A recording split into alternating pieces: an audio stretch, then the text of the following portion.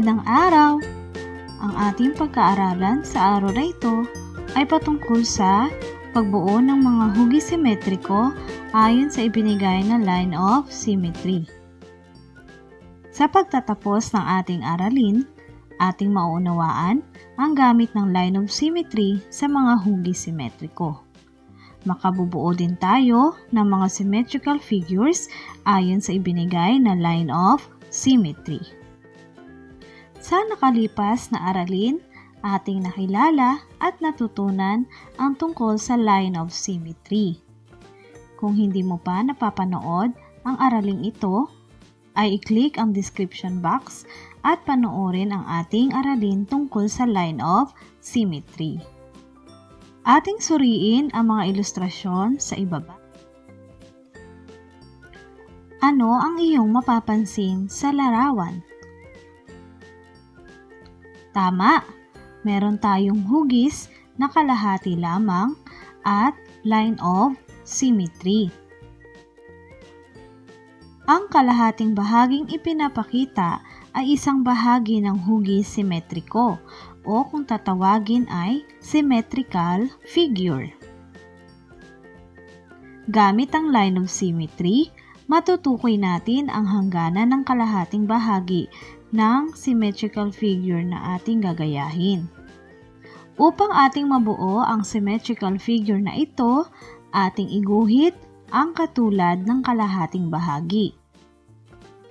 Tandaan na ang larawang ating isusukat ay kaparehas ng kanyang laki, hugis, anyo at kulay.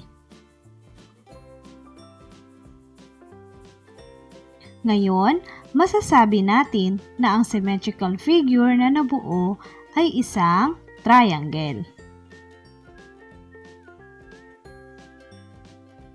Ngayon naman, tingnan natin ang nasa larawan. Ano ang iyong nakikita? Magaling! Isa uling kalahating hugis na may line of symmetry.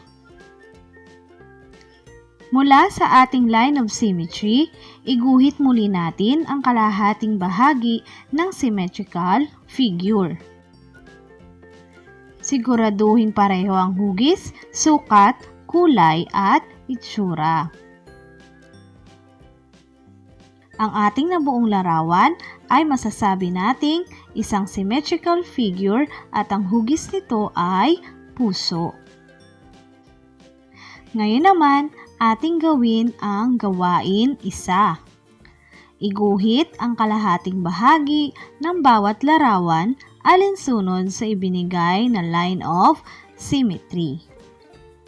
Number 1.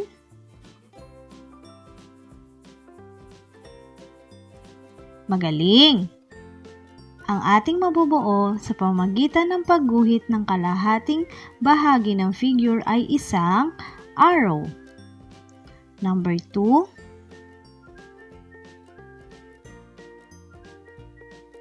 Tama! Ang atin namang mabubuo sa pagguhit ng kalahating bahagi ng figure ay pentagon. Number 3.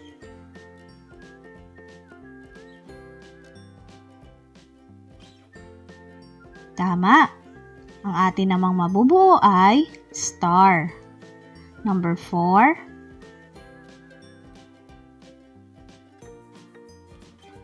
Magaling! Isang nakangiting mukha. At number 5. Tama! Isang cylinder.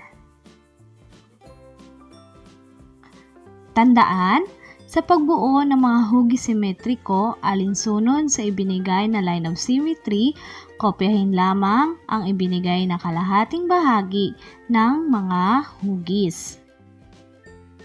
Laging siguraduhin magkaparehas ang hugis, laki, sukat, kulay at itsura ang iguguhit na kalahating bahagi nito. Magaling! Maraming salamat sa panonood at pag-aaral tungkol sa pagbuo ng mga figure gamit ang line of symmetry. Huwag kalimutang mag-subscribe sa aking channel. I-click mo na rin ang notification bell para updated ka sa aking mga tutorial video. Hanggang sa muli, paalam!